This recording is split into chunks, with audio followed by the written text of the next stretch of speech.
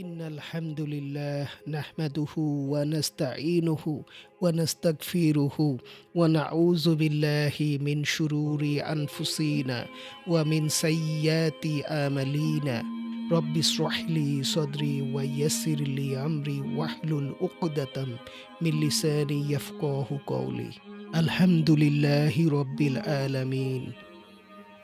প্রিয় ভাই ও বোনেরা আমার, ইমানের সাথে মৃত্যু অর্থাৎ ইমান শব্দের অর্থ বিশ্বাস বা আস্থায় স্থাপন করা। ইসলামী শরিয়তের পরিভাষায় প্রধানত আল্লাহ তাআলা, তার ফেরেশতা, আল্লাহর দেয়া কিতাব, নবী রাসূলগণ, তাকদীর, পরকাল প্রভৃতির উপর আন্তরিকভাবে বিশ্বাস করা এবং মৌখিক স্বীকৃতি ও তদানুযায়ী আমল করাকে ঈমান বলে। আর এ আকীদা ও আমলের উপর মৃত্যুকে বরণ করাই হলো ঈমানের সাথে মৃত্যু। ঈমান দেখা যায় না, কিন্তু আমল দেখা যায়। ঈমান হলো বীজ আর আমল হলো গাছ।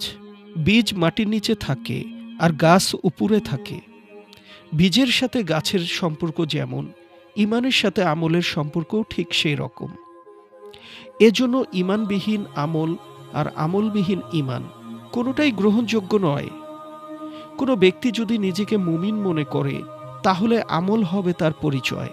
তার কাজকর্ম বলে দেবে তার অন্তরে কিসের বিশ্বাস আছে। কেউ যদি মুখে বলে আমি আল্লাহকে স্বীকার করি, আর বাস্তবে যদি সে আল্লাহর কোনো বিধান না মানে, সে কি মুমিন? যদি সে মুমিন হতো, ঈমান তার আমলে ফুটে উঠত। পবিত্র কুরআনে যত জায়গায় আল্লাহ পাক ঈমানের কথা বলেছেন, প্রায় তত জায়গায় আমলের কথাও বলেছেন। যেমন সূরা আসর এ আল্লাহ পাক বলেছেন, মহাকালের শপথ, মানুষ অবশ্যই ক্ষতিগ্রস্ত, কিন্তু তারা নয় যারা ঈমান আনে এবং সৎ কাজ করে। সূরা আত-তিনে আল্লাহ পাক বলেছেন, অতঃপর মানুষ কর্মদোষে অবনতির নিম্ন স্তরে পৌঁছে যায়, কিন্তু তারা ব্যতীত যারা ঈমান এনেছে ও সৎ কাজ করেছে। সূরা ফুরকানে বলা হয়েছে, তাদেরকে শাস্তি থেকে রক্ষা করা হবে যারা তওবা করে ঈমান আনে ও সৎ কাজ করে। সূরা আল কাহাফের ১০৭ নম্বর আয়াতে বলা হয়েছে, যারা ঈমান আনে ও সৎ কাজ করে তাদের আপ্যায়নের জন্য রয়েছে ফেরদাউস নামক জান্নাত। সুবহানাল্লাহ। এ ধরনের আরও অনেক আয়াতে ঈমান ও আমলকে একসাথে বর্ণনা করা হয়েছে। এসব আয়াত থেকে এটাই বোঝা গেল, আমি ঈমান এনেছি, এ কথা অনুযায়ী আমল করব।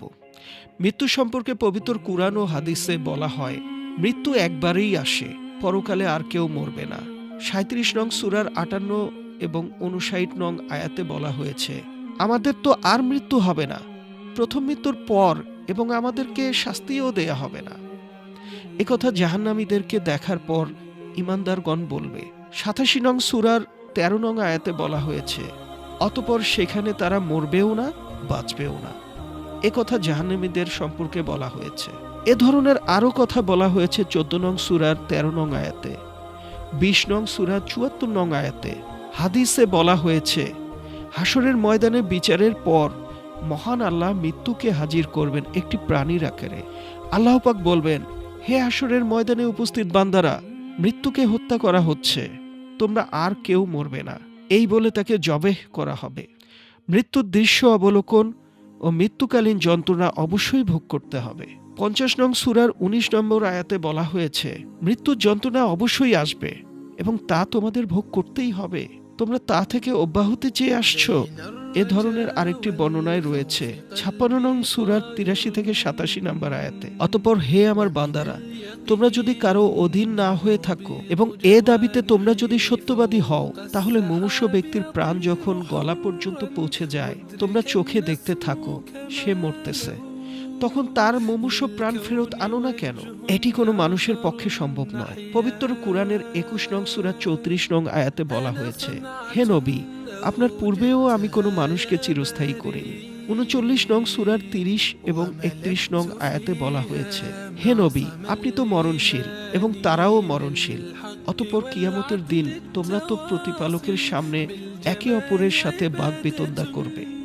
সুতরাং হে আমার প্রিয় ভাই ও বোনেরা, আসুন ঈমানে মৃত্যুর জন্য আমরা প্রস্তুতি নেই। হ্যাঁ, এখন থেকেই প্রস্তুতি নেই এবং পরিপূর্ণভাবে আল্লাহকে বিশ্বাস করি এবং রাসূলের দেখানো পথ অনুসরণ করি। এবং ইমানে মৃত্যুর জন্য আমরা সবসময় আমলে ব্যস্ত থাকি। আল্লাহ যেন আমাদেরকে মাফ করে দেন।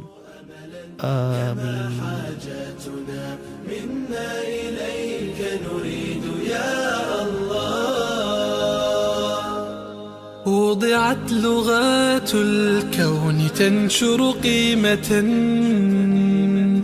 للحب للإسعاد للتغيير. يا رب قربنا وباركنا لنعمل صالحا في يدي رسالة التغيير. وضعت لغات الكون تنشر قيمة للحب للإسعاد للتغيير.